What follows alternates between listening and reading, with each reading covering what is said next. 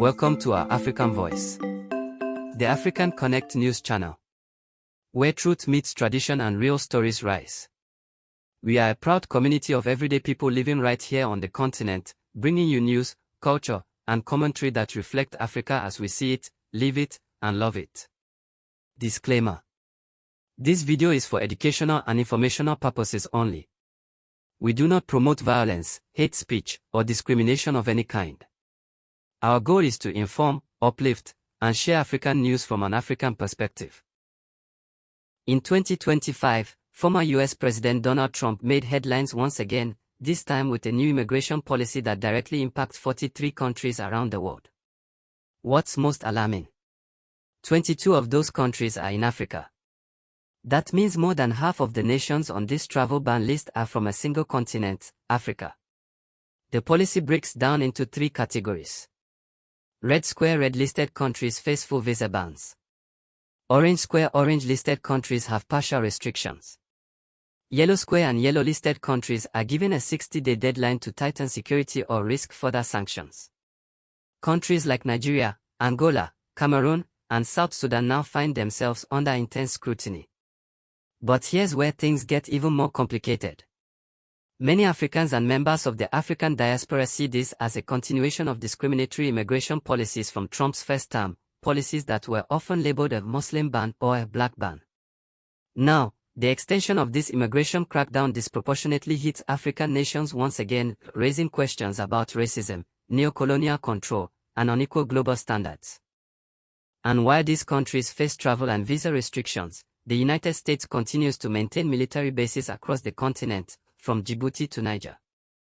Critics are asking, why is the US restricting the movement of Africans into its borders, while keeping its own presence and interest active inside African countries? The frustration is growing. Many African people feel disturbed and insulted by this policy. Some are calling it a double standard, a slap in the face to African sovereignty. Others are worried it could impact students, families, and professionals who rely on access to the US for education, business, or opportunity.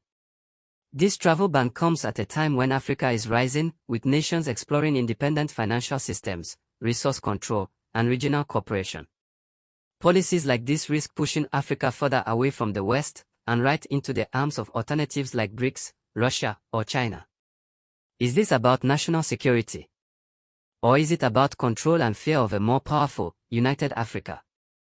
The answers are still unfolding. What's clear is that this travel ban is not just about visas, it's about vision. A vision of who gets to move freely, who gets to lead globally, and who gets to define the future. So now we have to ask ourselves, as Africa, and as African people, where do we go from here? The United States, under Trump's policies, has made it clear, over half of the countries affected by this new visa ban are African. The doors are closing for our students, our families, our entrepreneurs, yet those same hands still reach into our lands, our gold mines, our oil wells, and our airspace. Why? Why are we being restricted from entering, but they never restrict what they take? This isn't just about visas. This is about respect. About sovereignty. About power. So, African leaders must now ask the real questions. Why are we still clinging to relationships that don't value us? Why are we trusting global powers that still treat us like colonies?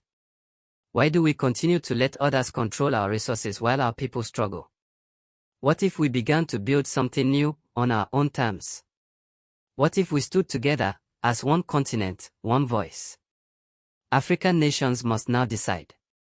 Will we challenge these unjust policies, or stay silent while our people suffer? Will we build our future with new partners, or remain trapped in old systems of control? Because this is more than immigration. This is about Africa's global position. This is about our power, our people, and our place in the world. The time is now. To rethink, to reclaim, and to rise. Africa must ask the hard questions, and then, we must act. For our dignity. For our descendants. And for our destiny. Thank you for watching the African Connect News channel. Subscribe to the channel for more uncensored African news, history, and truth. Like this video, and share it, because Africa's story must be told by us.